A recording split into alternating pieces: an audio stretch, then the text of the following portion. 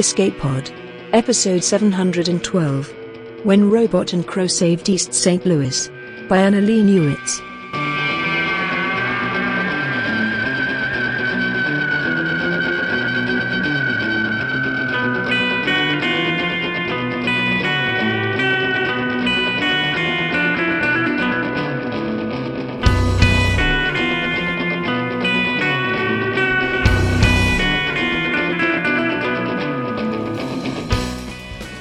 Hello and welcome to Escape Pod, your weekly science fiction podcast.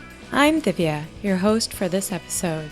Our story this week is When Robot and Crow Saved East St. Louis by Annalee Newitz. It was first published by Future Tense in December 2018. Annalee Newitz writes science fiction and nonfiction. They are the author of the novel Autonomous, nominated for the Nebula and Locus Awards, and winner of the Lambda Literary Award. As a science journalist, they are a contributor to the New York Times opinion section and have a monthly column about futurism for New Scientist. They have published in Washington Post, Slate, Popular Science, Ars Technica, The New Yorker, and The Atlantic, among others. They were the founder of IO9 and served as the editor-in-chief of Gizmodo. They are also the co-host with Charlie Jane Anders of the podcast Our Opinions Are Correct, which covers science fiction and society. Their new novel, The Future of Another Timeline, came out in September. Your narrator this week is Lewis Evans. Lewis is a writer, literary producer, and New York City native. He has moved around some, but he's always lived in the dead center of the nuclear target map. It's kind of freaky when you think about it. Evans is a founding co-producer of Cliterary Salon, a monthly literary show in the San Francisco Bay, focusing on work not traditionally prioritized in the mainstream by writers who subvert convention. To learn more, visit cliterarysalon.com. Now, get ready to cough into a tissue, because it's story time. When Robot and Crow Saved East St. Louis by Annalee Newitz. Narrated by Lewis Evans. It was time to start the weekly circuit. Robot leapt vertically into the air from its perch atop the History Museum in Forest Park, rotors humming and limbs withdrawn into the smooth oval of its chassis. From a distance, it was a pale blue flying egg, slightly scuffed with a propeller beanie on top. Two animated eyes glowed from the front end of its smooth carapace like emotive headlights. When it landed, all four legs and head extended from portals in its protective shell, the drone was more like a strangely symmetrical poodle or a cartoon turtle. Mounted on an actuator, its full face was revealed, headlight eyes situated above a short, soft snout, whose purple mouth was built for smiling, grimacing, and a range of other, more subtle expressions. The Centers for Disease Control team back in Atlanta designed Robot to be cute, to earn people's trust immediately.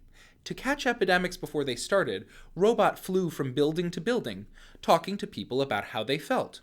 Nobody wanted to chat with an ugly box. Robot behaved like a cheery little buddy, checking for sick people.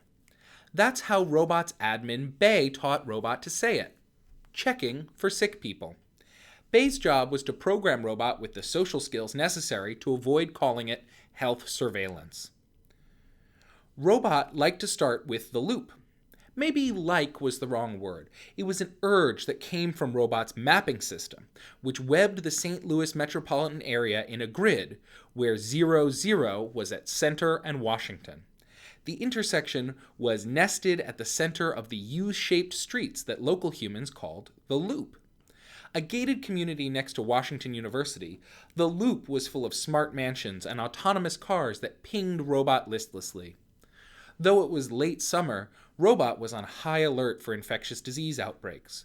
Flu season got longer every year, especially in high-density sprawls like St. Louis, where so many people spread their tiny airborne globs of viruses.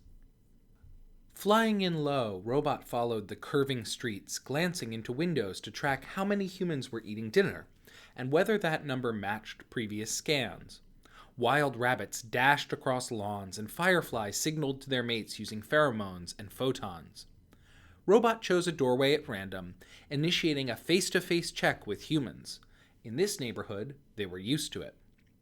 A human opened the service window. The subject had long, straight hair and skin the color of a peeled peanut. "Hello, I am your friendly neighborhood flu fighter. Please cough into this tissue and hold it up to the scanner, please." Robot hovered at eye level, reached into its ventral service trunk, and withdrew a sterile sheet with a gripper. This action earned a smile. Robot smiled back, stretching its dog-turtle mouth and plumping its cheeks. Humans valued nonverbal emotional communication, and it was programmed with an entire repertoire of simple exchanges. If human is angry, then robot is sad.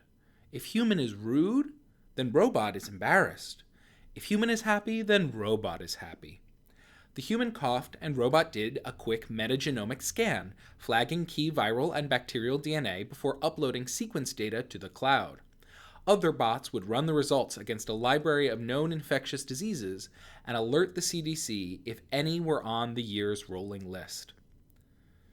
6 days later, Robot headed across the Mississippi River to East St. Louis.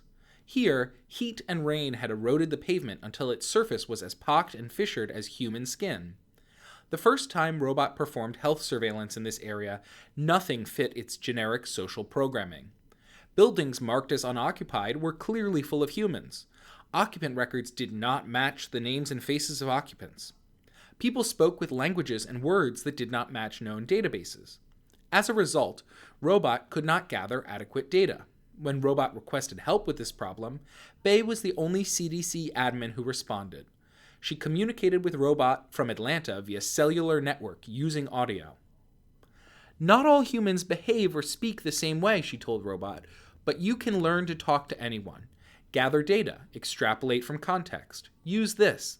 And she sent Robot a blob of code for natural language acquisition and translation. Very quickly, Robot learned that humans used slang, dialects, sociolects, and undocumented lexicons. Bay also sent several datasets taken from an urban studies lab, which supplemented Robot's map data. It turned out that not all humans lived in the same domicile for 2 years on average. Not all residences had cars and rabbits outside. Some humans lived in places that were not tagged as domestic spaces. Some humans did not use government-assigned identifiers. But all of them could get sick. There was a small neighborhood of soft textile homes underneath the freeway. It did not exist on official maps. Robot knew it because of Bay's algorithms. "Hello," Robot said, landing on the porch of a blue fabric house. It spoke a dialect that was popular here. "I am checking to make sure you are healthy. Please say hello."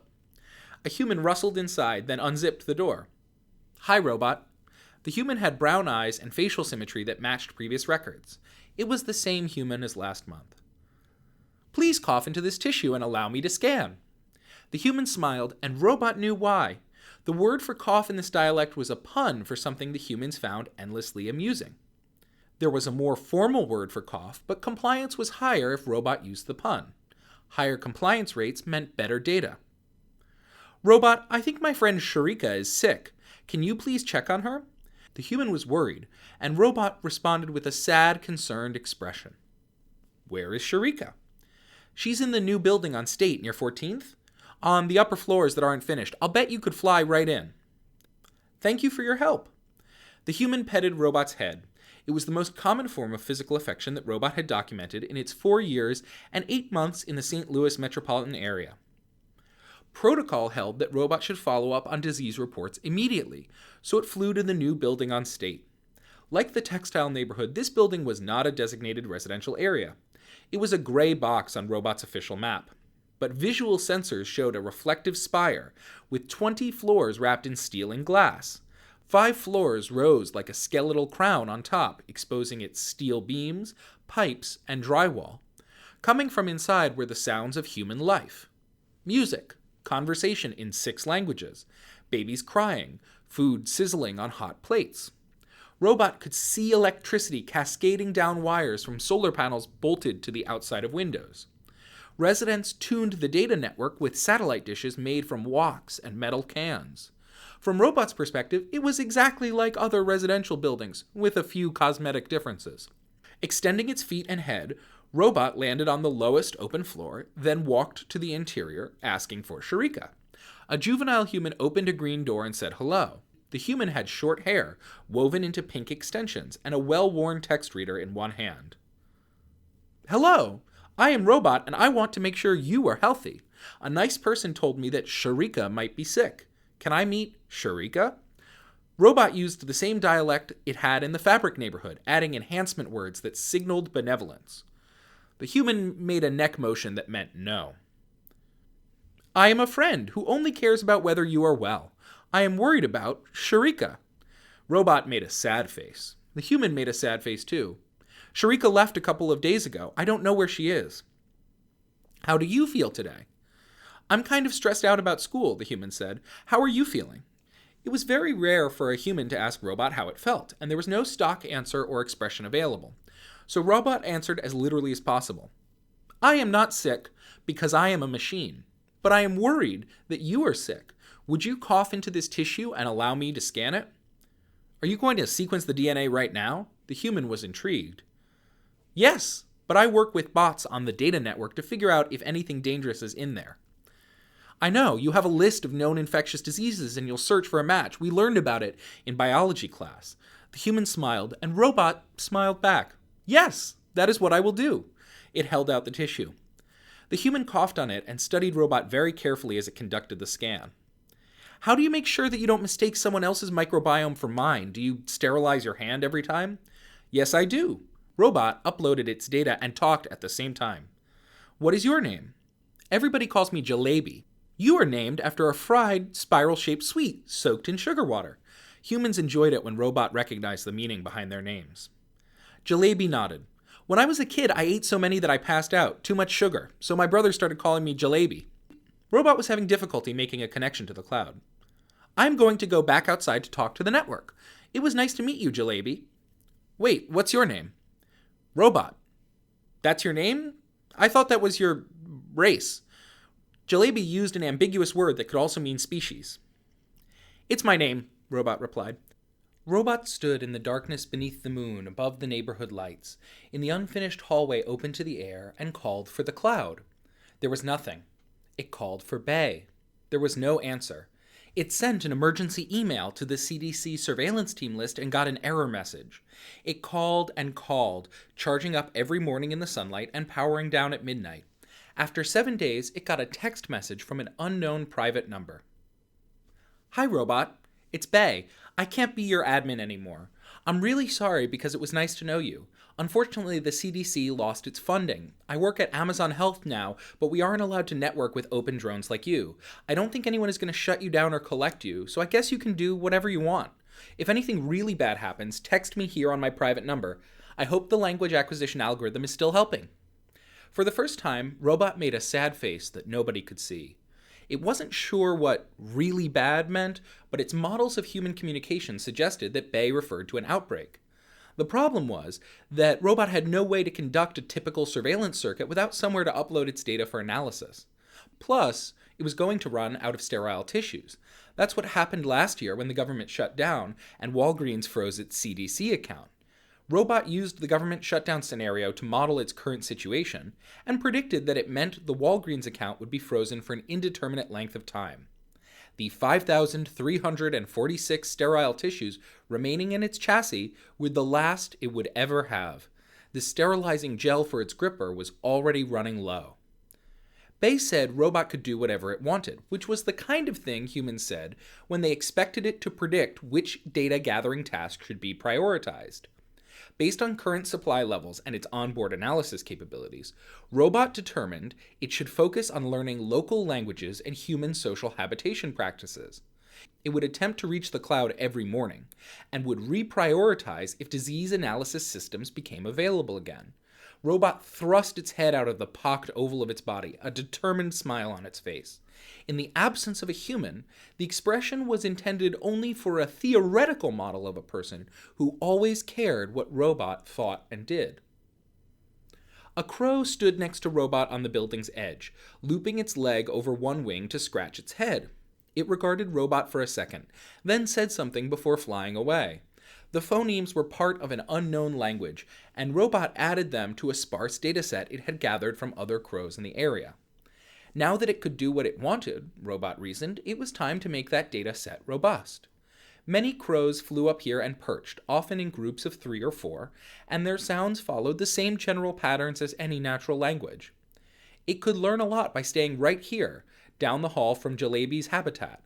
The days grew shorter, and new constellations rose in the sky. Robot started to pick up a few phrases from context. In the mornings and evenings, the crows discussed the sun's position and its relationship to likely sources of food. Soon, Robot could piece together bits of syntax, using brackets to designate uncertain or unknown meanings. Bracket food type for bracket measurement units north of morning sun. There were also location calls, which it roughly translated to food here, and I'm name here, and get over here, you. Its first translation breakthrough came one morning when a statistically unusual number of crows gathered near its perch. Robot counted 23 birds at one point, many of whom were quite large. Maybe they were from different subspecies, or elder crows. From what Robot had learned by querying the internet, zoologists drew the line between crow species arbitrarily based on calls and cultural differences.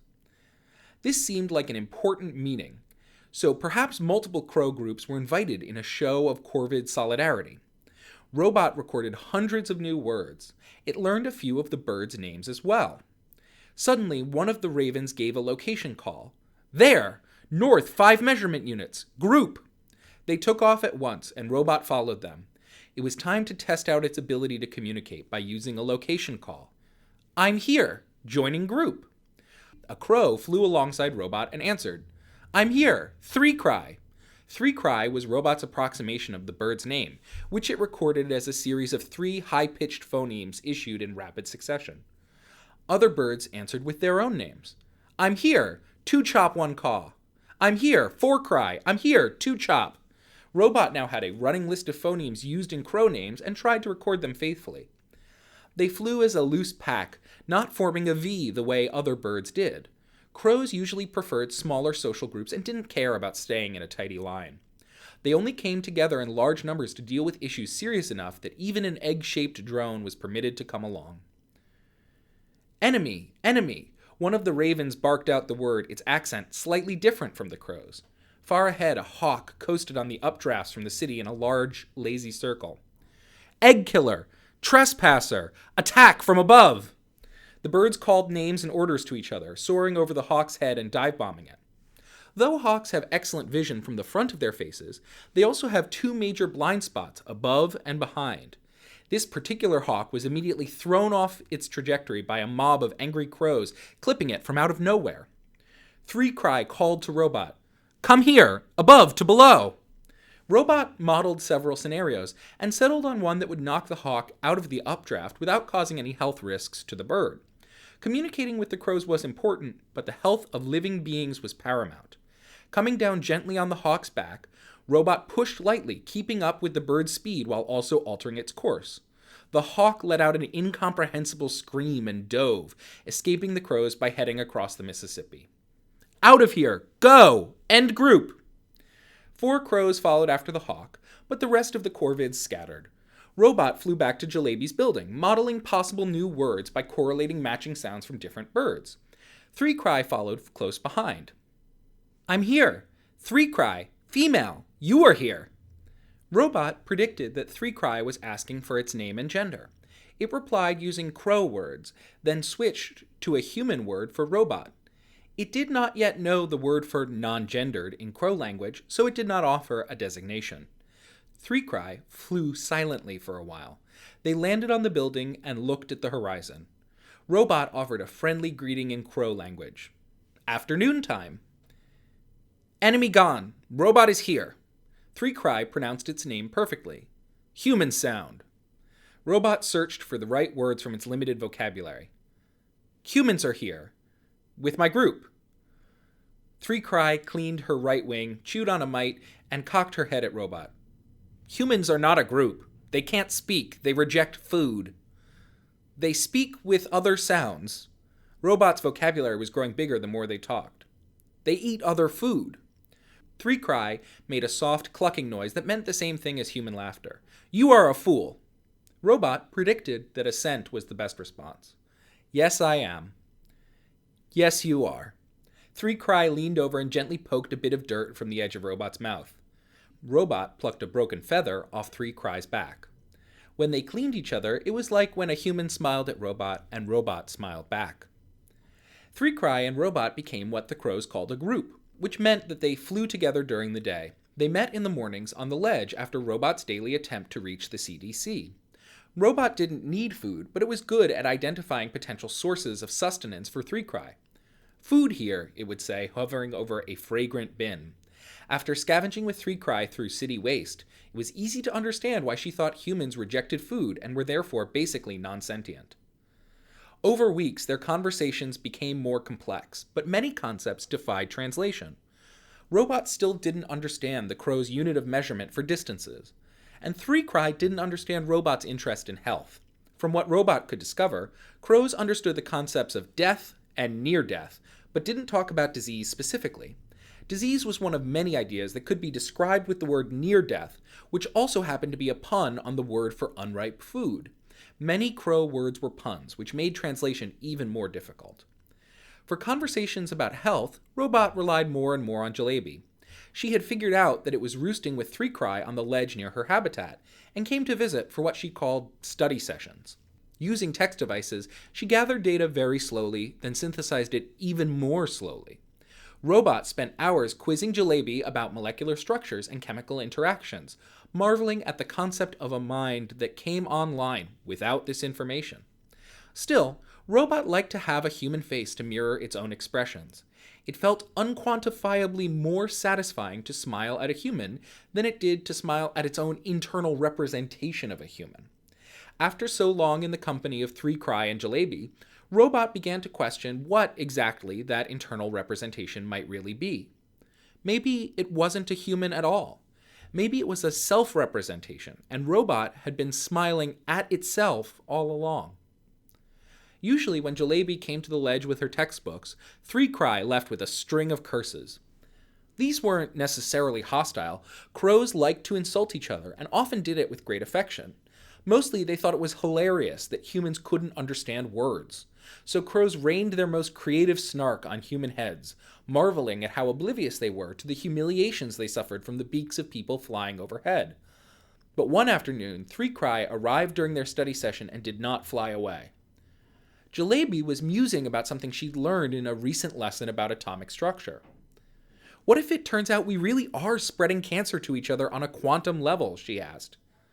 Human squawking, Three Cry yelled. Shit and plastic. Featherless fool.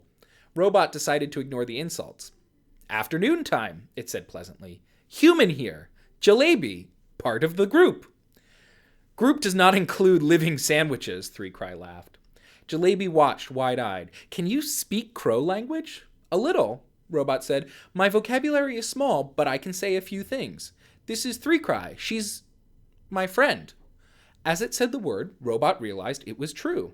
Thanks to Bayes' social programming, it knew that groups were statistically likely to be made up of friends or kin. Since robots have no kin, that meant Jalebi was a friend too. Jalebi tried to make the sound of Three Cry's name, and the bird ignored it. I found something you like, Robot. Near death, all over a human tree. She said your name perfectly. I read that crows can imitate words, but I'd never heard it before. Three Cry glanced at Jalebi, then at Robot. Annoying Jalebi.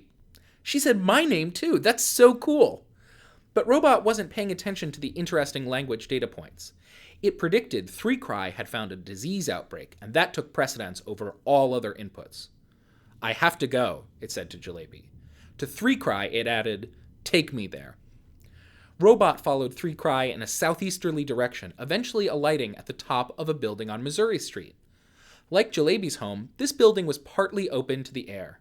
Its layout suggested that it might have been a public building like the CDC. There were long hallways lined with small rooms like offices. Water sources were isolated in a few areas, unlike in a typical habitat where water welled up in multiple rooms. but it was definitely a human habitat now, with soft bedding and buckets for water, and data access points made from cans. As they flew down a stairwell, Robot tried to estimate the population of the building based on noise, heat, and live wires. It settled on a 75% probability of 50 humans on each upper floor, with populations growing as they descended. Here!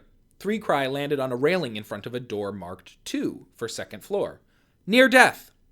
Thank you. End group, 3 Cry said, taking to the air. The phrase was one way Crow said goodbye. Until morning, Robot replied, already using a gripper to tug the door open. The corridor was full of light from scratched windows along the left-hand side, illuminating dozens of doors to habitats that were once something else. Classrooms? Offices? Consulting rooms? Robot flew slowly past them, modeling possibilities and looking for humans. The 4th door was propped open, and several humans were inside. Their breathing was labored, and one was crying. Something had knocked out the walls between rooms, creating a wide open space full of cloth dwellings, plush bedding, and piles of bright plastic containers. It was time to land. Humans didn't like it when Robot flew overhead, and besides, the face and legs were part of what made it seem so friendly. Walking over to one of the humans wrapped in blankets, Robot smiled and waved a tiny gripper in greeting. Patchy black hair covered the human's head, and cracks had formed in the lips that didn't smile. With no baseline language established, Robot estimated that it should try the dialect spoken in Jalebi's building. I'm a friend who is worried about your health. Can you cough into a tissue for me? The human stared at Robot's face and blinked before succumbing to a coughing fit. For Robot, it didn't matter whether the coughs were intentional or not. It took a sample and moved on to the next human.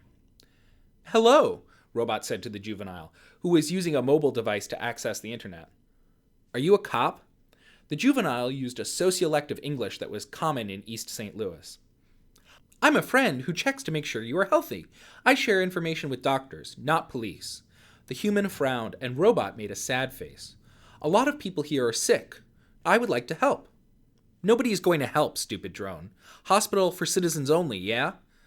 Please cough into the tissue so I can figure out why you are sick. Another human spoke up, head emerging from a cloth shelter. What are you going to do about it? Robot stood still for several microseconds, modeling possibilities and considering what language would be the most soothing. I am going to find out what is causing your illness. This is an emergency. I will find help. I promise. Please cough into the tissue. One by one, the humans complied. Robot flew from room to room checking for disease. After sequencing several samples, it found the same virus strain in multiple humans. This met the definition of an outbreak. It was time to call Bay. Is that you, Robot? I can't believe you're still running. It's been, over a year? Something really bad is happening in East St. Louis, Robot said, deploying the exact words Bay had used to delineate when it would be appropriate to call her. There is an outbreak. I need to send you data. Do you have sequence? Maybe I can... Robot heard background noise as if Bay were moving something on her desk. Can you send it as an anonymous dump to this address? She sent the directions to a temporary storage cloud, and Robot deposited data from 127 samples it had taken from humans in the building. We have a system for anonymous reporting, part of this new Amazon Health philanthropy project. Bay paused. Got it. Let me analyze this really fast and see if it's more than just a garden variety. Oh shit. Robot predicted that she was not saying shit for the same reason 3 Cry did. What is it? Robot asked, putting on a fearful expression for itself. This is really bad, like you said. We need to get someone in there. Unfortunately, Illinois doesn't have a state health department. Maybe there's a local group or... Bay was typing. Okay, Robot, I found something. There's a non-profit health collective in East St. Louis called Community Immunity. They could probably manufacture vaccines and a therapy. It's a known pathogen, but it hasn't ever been spotted in the Midwest before, so all they need is this file. Bay sent a small amount of data. Do you have anyone who can help you? You might need a human. Sometimes people are hostile to drones, even cute ones. 2 hours later, Robot was describing the situation to Jalebi. It was evening, and 3 Cry was likely sleeping with other members of her group. But Jalebi was wide awake and extremely agitated. You're talking about that health collective on MLK Drive. I've seen it. Robot nodded, smiling. Can we go there now? Jalebi glanced toward the door to her habitat. Yeah, my mom won't be home until morning anyway. Community Immunity was located in the husk of an old strip mall, its gleaming counters and wet lab hidden behind windows duct taped with tinfoil and cardboard. Bay was right that Robot needed a human. Jalebi had to pretend that Robot was her school project, and Robot had to pretend that Jalebi had programmed it to look for outbreaks. Once the humans at Community Immunity had the data, they made unhappy faces and said, "Oh shit," in the same way Bay had. A human with purple hair and a prosthetic arm offered Jalebi a seat and some hot tea. The human spoke the same sociolective English that Bay used. "It's very good that you brought this to us. You are a good citizen." Then the human looked at Robot. "Thank you, Robot, for giving us the file with an open therapy and vax recipe." "I am happy to help. I don't like it when people are sick." This human, unlike the others, seemed to know that Robot was the person who found the outbreak. "I'm Janelle, by the way. She, her pronouns. Do you know if there are other places where H18N2 is infecting people?" Robot liked the way Janelle identified herself by name and gender, the way crows did. "A friend told me about this outbreak. I don't know if there are others." Robot deliberately chose vague language. After Bay's warning, it did not want to reveal its data-gathering techniques. Janelle took it in stride. "Can your friend help find more? We can manufacture a therapy and a vax tonight, but we need to get it out there fast before this sucker mutates." Robot nodded. "Tomorrow, I will try to find more." When 3Cry arrived in the morning, Robot had to strain against the boundaries of its vocabulary to make itself understood. "Need group. Find near-death enemy." "Enemy?" 3Cry scratched her head. "Enemy for humans," Robot admitted, but then it had an idea. "Enemy causes human death. Dead humans mean less food." Despite butchering the crow syntax, Robot thought it had made 3Cry understand. Plus, sometimes crows just liked an excuse to get the mob together. "Begin group!" 3Cry yelled, taking off. Robot leapt into the air behind her. They flew over East St. Louis, calling for the big group that had taken out the hawk. "Begin group! Begin group!" More birds joined them. "Here! I'm here!" They called their names and swirled to roost in a tree at the edge of the Mississippi River, where freeway met water. "Find near death," 3Cry said, then issued some directions and specification words that Robot did not understand. "Near death, there! Measurement unit north!" The words came from a big crow named Two Chop One Caw, jumping into flight. Most of the group followed, possibly to assess what exactly 3Cry meant by near death. Two Chop One Caw led them to a fabric habitat nearby, where Robot quickly identified 3 sick people. The virus matched the H18N2 signature, identified at Community Immunity. "More near death. Where else? Begin group!" Robot called the birds to the air again, and they fanned out over the city, making a racket and hurling their best insults. Each time they uncovered a new outbreak, they gave their loudest calls, sometimes passing those calls to the next bird, until Robot could follow their cries back to the source. By the end of the day, they had discovered 5 small outbreaks. "End group!" 3Cry yelled, following Robot back toward MLK. The crows called farewells and locations to each other. "End group! Evening time! I'm here! You there! Food! Death!" This was followed by laughter, because food and death diverged into many puns, far beyond Robot's comprehension. 3Cry appeared to have decided that she was roosting with Robot for the evening. When they landed, she hooked her claws around its rotor pole and clung there as Robot signaled arrival to the door of Community Immunity. Robot didn't mind. Humans found small animals disarming, and that always led to greater compliance. Jalebi was there with Janelle looking at something on a monitor. "Hi, Robot." "We have data on the location of more outbreaks." Janelle laughed. "Really? Did your little feathered friend help?" "Her name is 3Cry." Jalebi failed to pronounce 3Cry's name again. And once again 3Cry ignored it, jumping off Robot and using her beak to straighten the feathers under her right wing. Robot reached over and plucked one out that was bothering her. "Where can I put this data?" Robot aimed a concerned expression at Jalebi and Janelle. "Put it here for now." Janelle waved a mobile device near Robot, setting it to accept uploads. "Jalebi, do you want to help us synthesize those doses of nasal spray? Looks like we'll need at least 500, and then we'll start making vax doses for injection." "Yes, absolutely." Jalebi acted like a crow about to charge into the air, but she was only racing across the room to boot up a mixer. Janelle had a thoughtful expression on her face.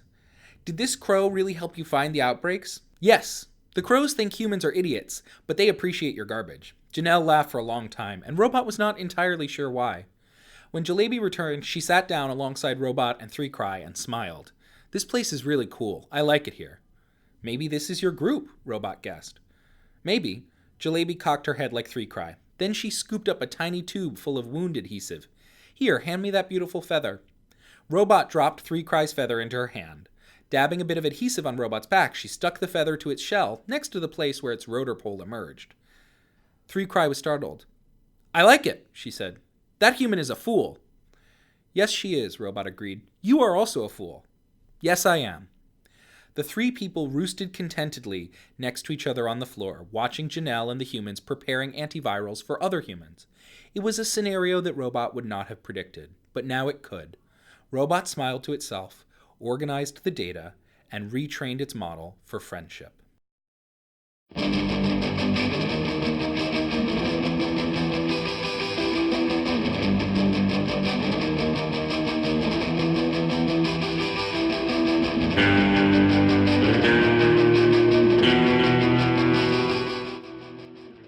And that's our story.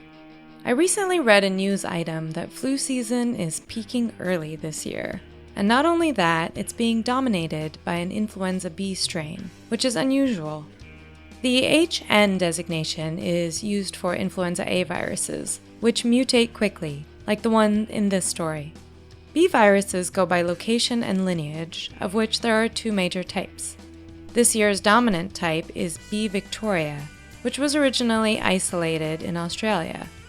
All of this data comes from reports from doctors, but more recently, epidemiologists are trying out machine learning tools to extract data from social media posts, search terms, and other publicly available information. The results haven't always been accurate, but they're rapidly improving. The robot in this story is an excellent example of a positive use for technology. The better our real-time tracking of flu outbreaks, the faster they can be contained, and the better we can prevent others from getting sick. Using natural language processing and giving Robot the freedom to set its own task priorities is a fairly plausible extension of today's AI designs, though the story doesn't get into what algorithm Robot uses to set those priorities. People are currently attempting to build AI systems that can ask questions and incorporate the answers back into their datasets. The most charming and probably least plausible part of this story is Robot's interaction with the crows. We know corvids are quite intelligent and capable of fairly complex thought, but we have no indication that they have a sophisticated language. It sure would be fun if they do, though, especially if they have cheeky personalities and love to throw around insults as terms of affection. I have a few friends who are like that. The author, Annalee Newitz, notes that East St. Louis is built on top of an ancient indigenous city called Cahokia. The people who lived there 1,000 years ago were big fans of birds. We wanted to close out this year on a positive note, so I hope this story brought a smile or two to your face. Artificial intelligence is at the top of emerging jobs for 2020, according to LinkedIn. If you're curious about the reality of it, especially as regards to this story, I encourage you to check out the response essay by Janelle Shane, an AI researcher, at Future Tense on Slate's website. Thank you all for your support in 2019. If you have a voting membership to Worldcon in 2020, please do consider nominating Escape Pod in the semi-prozine category for the Hugo Awards.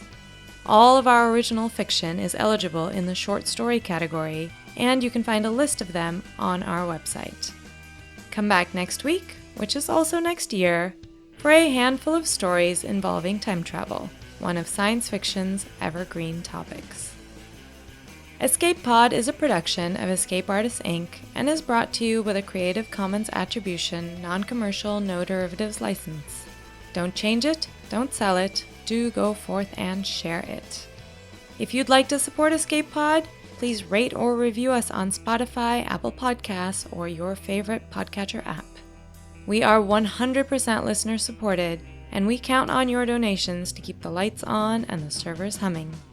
You can donate via patreon.com by searching for Escape Artists, or via PayPal through our website, escapepod.org. Patreon subscribers now have access to exclusive merchandise and content, and those at the $5 and above level can automatically be added to our Discord. Our opening and closing music is by Daikaiju at daikaiju.org, and our closing quotation this week is from The Verge.